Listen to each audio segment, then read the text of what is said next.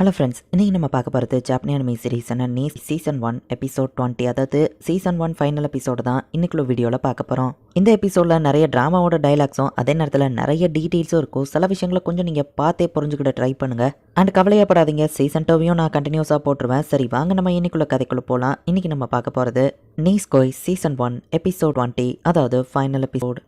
So இப்போ cultural ஃபெஸ்டிவலில் இவங்களோட drama start ஆக ரெடியாக இருக்கு. சிட்டகே இப்போ ஜூலியட்டோட ட்ரெஸ்ஸை போட்டுட்டு வந்து நிற்கிறா. என்னோட இந்த ஃபீலிங்க்கு பேரு இல்லை, எனக்கு அது ஆல்ரெடி தெரியும் அப்படின்னு சிட்டகே ஹீரோவை பார்த்து வைக்கப்படுறா. சிட்டகே அந்த ட்ரெஸ்ல பார்த்துட்டு அழகா இருக்கா நம்ம ஹீரோன்னு நினைக்கிறேன். டைலாக்லாம் மனப்பாடம் மாட்டியா நம்ம ஹீரோ கேட்கவும், முக்கியமாக இருக்கிற லைன்ஸ் மட்டும் நான் மெமரைஸ் பண்ணி மற்றதை நம்ம பார்த்துக்கலாம் அப்படின்னு சிட்டகே சொல்கிறேன். கரில் அப்படின்னு அதுக்குள்ள மனப்பாடம் இல்லை ஒன்றும் இல்லை, கோவப்பட்டுட்டியோ அப்படின்னு நம்ம ஹீரோ கேட்கவும், ஸ்டார்ட் ஆக பார்த்து ரெடியாரு அப்படின்னு வா ஸ்மைல் பண்ணுறா. என்ன இது ரியாக்ஷன் அப்படின்னு சொல்லி நம்ம ஹீரோ அதை பார்த்து வைக்கப்படுறான். ஸோ இப்போ கர்டன்ஸ் தூக்குறாங்க. நம்ம ஹீரோவோட அப்பாவும் சிட்டகேவோட அப்பாவும் இதை பார்க்க வந்திருக்காங்க. கிளாஸ் 1C பர்ஃபார்ம் பண்ற ஒரு டிராஜிக்கான லவ் ஸ்டோரி. ரோமியோ ஜூலியட் இவங்க ரெண்டு பேரோட ஃபேமிலி அவங்க லவ்வுக்கு ஒத்துக்கிடல. இப்படிப்பட்ட மோசமான விதி இருக்கக்கூடிய இவங்க எப்படி லவ்ல விழுந்தாங்க. ஷோ பேக்ரவுண்ட் வாய்ஸ் கொடுக்குறான். ஓ ரோமியோ, நம்ம பேரண்ட்ஸ் நம்மள ஏத்துக்கிட மாட்டிக்கிறாங்க அப்படின்னு சிட்டோகே வேற லெவல்ல டைலாக் பேசுவோம். ஸ்கிரிப்ட் ரீட் பண்ணி டக்குன்னு வேற லெவல்ல பேசுறாலே நம்ம ஹீரோ பார்த்தா அடுத்து என்ன வரும் சிட்டோகே கேட்கவா, அதுதாப்பா இம்பார்ட்டன்ட் லைன் நம்ம ஹீரோ சொல்றான். நான் கொஞ்ச நேரத்துக்கு முன்னாடி தானே மனப்பாடம் பண்ண, எனக்கு எப்படி ஞாபகம் இருக்கும் அப்படின்னு வா கேட்கறேன். இது ரொம்ப காமெடியா இருக்குல்ல அப்படின்னு ஆடியன்ஸ் எல்லாம் சிரிக்கிறாங்க. இதுவும் ஒர்க் அவுட் ஆகுது அப்படின்னு ஷோவா அதை அப்படியே கண்டினியூ பண்றான். யங் மாஸ்டர், யங் லேடி, நீங்க தான் ஸ்டார் ஆஃப் த ஷோ, வேற லெவல்ல பெர்ஃபார்ம் பண்றீங்க, நாங்க எல்லாத்தையும் ரெக்கார்ட் பண்றோம்னு சொல்றாங்க. உங்களை வர வேண்டாம் தானே சொன்னேன் அப்படின்னு நம்ம ஹீரோ யோசிக்கிறான். டிராமாவை மொக்கையாக்க கூடாது.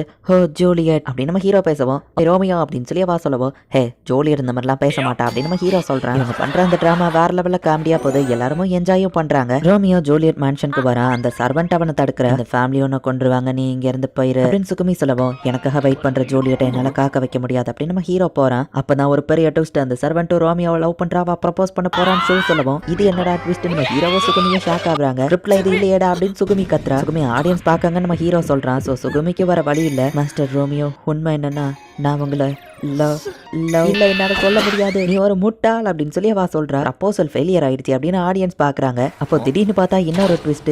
மாஸ்டர் ரோமியோ அப்படின்னு டச் பண்ண அந்த இடத்துக்கு வந்துருதா. யார் இந்த மிஸ்டீரியஸ் உமன், எதுக்காக இங்க வந்திருக்கா அப்படின்னு ஷோவும் அப்படியே சீனுக்கு ஏத்த மாதிரி பர்ஃபெக்டா பேக்ரவுண்ட் வாய்ஸ் கொடுக்கலாம். என்னோட பேரு ஜஸ்பின், நான் தான் ரோமியோவோட உண்மையான லவ்வர் அப்படின்னு டச் பண்ண சொல்லவும், ரோமியோ ஒரு 2 டைமர்ங்கிறது இப்பதான் நமக்கு தெரிய வந்திருக்கு அப்படின்னு ஷோ சொல்றான். இதை நான் எதிர்பார்க்கல நம்ம ஹீரோ யோசிக்கிறான். ரோமியோ, நீங்க என்ன கல்யாணம் பண்றேன்னு கூட சொல்லியிருந்தீங்களே அப்படின்னு வா கேட்கவும், இல்ல நான் அப்படி சொல்லலாம் நம்ம ஹீரோ சொல்றான். நீங்க அதை சொன்னீங்க, நீங்களே இப்படி என்ன ஏமாத்தலாமா அப்படின்னு வா கேட்கவும், இப்ப ரோமியோ என்ன பண்ண போறான், இதுக்கான ரெஸ்பான்சிபிலிட்டியை ஏத்துக்குவானா அப்படின்னு ஷோ கேட்கறான். இப்படி வந்து வாக்கு எடுத்துட்டு இருக்காளே, நாடகமா நீ நடத்துற, உன் வழியிலேயே வந்து ஒன்னு லாக் பண்ற அப்படின்னு நம்ம ஹீரோ வந்துட்டு, ஜோசபின் நம்மளால கல்யாணம் பண்ணிக்கிட முடியாது, ஏன்னா நீயும் நானும் பிரதர் அண்ட் சிஸ்டர் அப்படின்னு நம்ம ஹீரோ சொல்றான். நல்லா பண்றீங்க மாஸ்டர் ராக்கு அப்படின்னு வா யோசிச்சுட்டு, காதலுக்கு இந்த மாதிரி எந்த தடைகளும் இல்ல, நம்ம கல்யாணம் பண்ணிக்கலாம் ரோமியோ அப்படின்னு சொல்லி வா சொல்றா. இந்த சிச்சுவேஷன்ல ரோமியோ என்ன பண்ண போறான் அப்படின்னு சொல்லி ஷோ வேற பேக்ரவுண்ட கொடுத்துட்டு இருக்கான். நம்ம ஹீரோக்கு டக்குன்னு ஒரு ஐடியா வருது.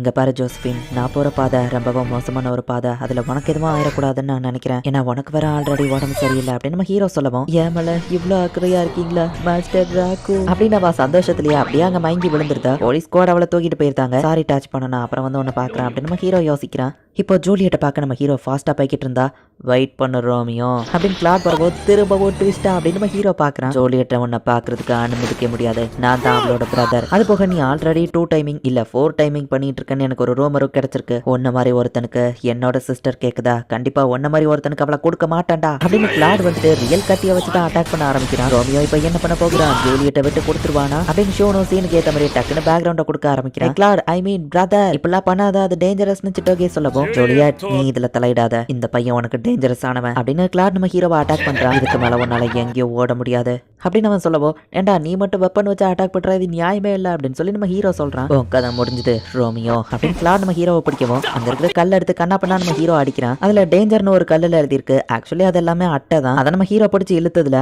அந்த மொத்த செட்டுமே இப்ப இடிஞ்சு கீழே விழுது. பாக்கிறதுக்கு இதெல்லாம் காமெடியா தெரிஞ்சாலும் உண்மையிலேயே நம்ம ஹீரோக்கு ரியலா தான் அந்த இடத்துல அடிபட்டு இருக்கு. இந்த இன்டென்ஸ் பேட்டில் கோட்டையோட சவரை இடிஞ்சு விழுந்துடுச்சு, ரோமியோ உயிரோட இருப்பானா அப்படின்னு சொல்லி ஷோ கமெண்ட்ரி கொடுக்குறான். நம்ம ஹீரோ இப்ப அதை உடச்சுக்கிட்டு ஒரு பிளாஷி என்ட்ரன்ஸோட வெளியே வரான். ரோமியோ தான் வின்னர் அப்படின்னு ஆடியன்ஸ் எல்லாம் ஹாப்பி ஆகுறாங்க. உனக்காக நான் வந்துட்டேன் ஜூலியட் அப்படின்னு சொல்லி நம்ம ஹீரோ போகவும், இவ்வளவு அடிபட்டோம், இவன் எனக்காக எப்பவுமே பிரச்சனைனா எனக்காக இவன் வந்து நிக்கிறான், கண்டிப்பா நான் என் மனசுல இருக்கிறத இவன்ட்ட சொல்லி ஆகணும் அப்படின்னு யோசிச்சுட்டு, ஹோ ரோமியோ, நீ மட்டும் மாக்டகஸோட பையனா இல்லாம இருந்திருந்தா, நம்ம ஃபேமிலிக்குள்ள எப்படி பிரச்சனை இல்லாம இருந்திருந்தா நம்ம லவ் இன்னும் சக்சஸ் ஆயிருக்கும். உன் ஃபேமிலி நேமை விட்டுட்டு இனி நீ என்னோட ரோமியோவா இருன்னு சொல்லவும், உன்னால நான் இப்ப பேப்டைஸ் ஆகப்பட்டுட்டேன், நான் ஒரு புது சோல், நான் இனி உனக்கான ரோமியோ, என்னோட ஜூலியட் அப்படின்னு நம்ம ஹீரோ சொல்லவும், இப்ப ரோமியோவும் ஜூலியட்டும் ஒன்னு சேர்றாங்க. ஐ லவ் யூ ரோமியோ அப்படின்னு சிட்டோகே சொல்லிட்டு, ஆமா நான் இவனை தான் லவ் பண்றேன், அதுதான் என்னோட உண்மையான ஃபீலிங் அப்படின்னு சிட்டோகே மனசுக்குள்ள நினைக்கிறார். டிராமா பெர்ஃபார்மன்ஸ் உண்மையிலேயே வேற லெவல்ல முடிஞ்சது. ஆடியன்ஸும் இதை என்ஜாய் பண்றாங்க. சக்சஸ்ஃபுல்லா அந்த டிராமா முடிஞ்சது நினைச்சு அதுக்குள்ள ஒர்க் பண்ண டீம் எல்லாரும் ரொம்பவும் ஹாப்பி ஆகுறாங்க. அந்த டிராமால எதிர்பார்க்காத நிறைய ட்விஸ்ட் அண்ட் பிரச்சனைகளை ஃபேஸ் பண்ணி நம்ம ஹீரோ டயர்டா உட்காந்துருக்கான். நல்லா பெர்ஃபார்ம் பண்ண அப்படின்னு சிட்டோகே நம்ம ஹீரோக்கு வந்து ஜோஸை கொடுக்குறா. உனக்கு எப்படி இருந்தது நம்ம ஹீரோ கேட்கவும், கியூட்ல பெர்ஃபார்ம் பண்றது கொஞ்சம் கஷ்டமா இருந்தாலும் ட்ரிகர்ஸ் எல்லாம் இல்லாம நான் அதை பெர்ஃபெக்ட்டா பண்ணிட்டேன் அப்படின்னு வா சொல்றா. குறிப்பிட்ட டயத்துல லைன்ஸை மெமரைஸ் பண்ணி அந்த லெவலுக்கு நீ பெர்ஃபார்ம் பண்ணது உண்மையிலேயே ஆசம் தான் அப்படின்னு நம்ம ஹீரோவும் பாராட்டுறான். கிட்டத்தட்ட இந்த ரோமியோ ஜூலியட் ஸ்டோரி நம்மளோட ஸ்டோரி மாதிரி தான் இருக்குல்ல. ரெண்டு பெரிய ஃபேமிலியோட பசங்க லவ் பண்றாங்க. பட் இதுல இருக்கிற டிஃபரன்ஸ் நம்ம வீட்ல ஒத்துக்கிட்டாங்க அப்படின்னு சிட்டோகே சொல்லவும் அது பெரிய டிஃபரன்ஸ் ஏற்படுத்தும். ஸோ இது அந்த ஸ்டோரி ஈக்குவல் கிடையாது அப்படின்னு நம்ம ஹீரோ சொல்றான். ரீசெண்டா நான் உன்கிட்ட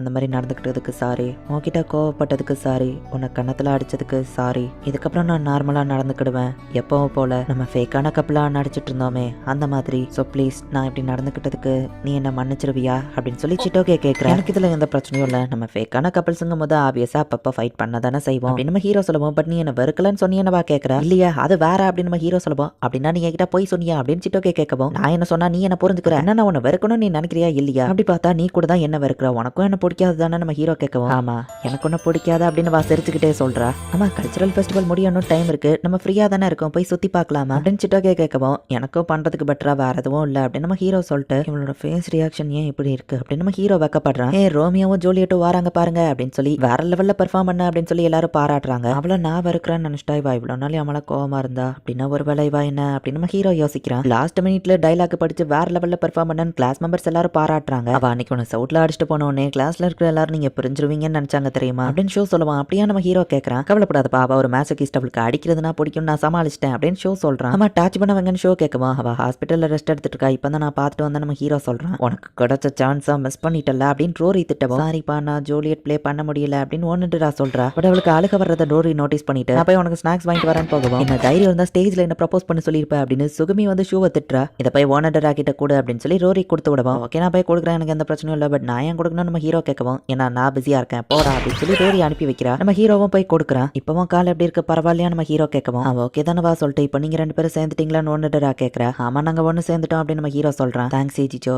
உன்னாலதான் இன்னைக்கு டிராமா நல்லபடியா போச்சு, மட்டும் சிட்டாக கூட்டு வராம டிராமா கேன்சல் ஆயிருந்துச்சுன்னா என் லைஃப் ஃபுல்லா என்னாலதான் இது கெட்டு போயிடுச்சுன்னு நான் வருத்தப்பட்டிருப்பேன் அப்படின்னு ஓனடரா சொல்லவும், அது ஒன்னும் உன்னோட ஃபால்ட் இல்ல, அது போக நீ ஜூலியட் டிராமாவை ரொம்ப ப்ளே பண்ணணும்னு ஆசைப்பட்ட அப்படின்னு நம்ம ஹீரோ சொல்லவும், அது என்னமோ உண்மைதான் அப்படின்னு வா சொல்றா. நீ இதுக்கு முன்னாடியே ஜூலியட் ரோல் ப்ளே பண்ணியிருக்கேன்னு கேட்கவும், இல்ல இதுதான் என் ஃபர்ஸ்ட் டைம், பட் நான் அந்த ரோலை ப்ளே பண்ணணும்னு ஆசைப்பட்டதுக்கு எனக்கு ஒரு ஸ்பெஷல் ரீசன் இருக்கு, நான் அந்த ரோலை நான் ப்ளே பண்றப்ப கண்டிப்பா அது எனக்கு லைஃப்ல ஒரு ஸ்பெஷல் மெமரியா இருக்கும்னு நினைச்சேன் அப்படின்னு நம்ம ஹீரோ கூட அந்த இடத்துல இருந்திருக்கலாமே அப்படின்னு சொல்லி ஓனடரா யோசிச்சு பார்த்து கொஞ்சம் வருத்தப்படவும், இவளுக்கு அது அவ்வளவு முக்கியமா அப்படின்னு நம்ம ஹீரோ யோசிச்சுட்டு என்ன பண்றது நம்ம ஹீரோ யோசிக்கிறான். அப்ப நம்ம ஹீரோக்கு ஒரு ஐடியா வருது. உடனே ஓனடராவை மொட்டை மாடிக்கு கூட்டிட்டு போயிருந்தான். சன்செட் ரொம்ப அழகா இருக்குல்லன்னு ஓனடரா பாக்குறா. இவங்க ரெண்டு பேர் மட்டும் ரோமியோ ஜூலியட் காஸ்டியூம்ல இருக்கிறாங்க. நம்ம இதை தனியா பண்றதுதான் இன்னும் நர்வஸா இருக்கு நம்ம ஹீரோ சொல்றான். என்னோட பிலவட் ஜூலியட் எத்தனை விஷயங்கள் நம்மள பிரிக்கிறதுக்கு வந்தாலும், கடவுளே வந்து நம்மள பிரிக்க ட்ரை பண்ணாலும் நான் உன்னை விட்டு போக மாட்டேன் அப்படின்னு நம்ம ஹீரோ சொல்லவும், நம்ம பேரண்ட்ஸ்க்கு ஒருத்தர் பிடிக்காம ஃபைட் பண்ணிட்டு இருக்கலாம், பட் கண்டிப்பா நான் உங்களோட தான் கை கோர்ப்பேன், என்னோட லவ்ல பாதி அவங்களுக்கு புரிஞ்சிருந்தா கூட என்னோட ரோமியோ அவங்க கண்டிப்பா அண்டர்ஸ்டாண்ட் பண்ணியிருப்பாங்க அப்படின்னு ஓனடராவும் நம்ம ஹீரோவும் மட்டும் தனியா அந்த இடத்துல நடிச்சிட்டு இருக்காங்க. ஈஜிச்சோ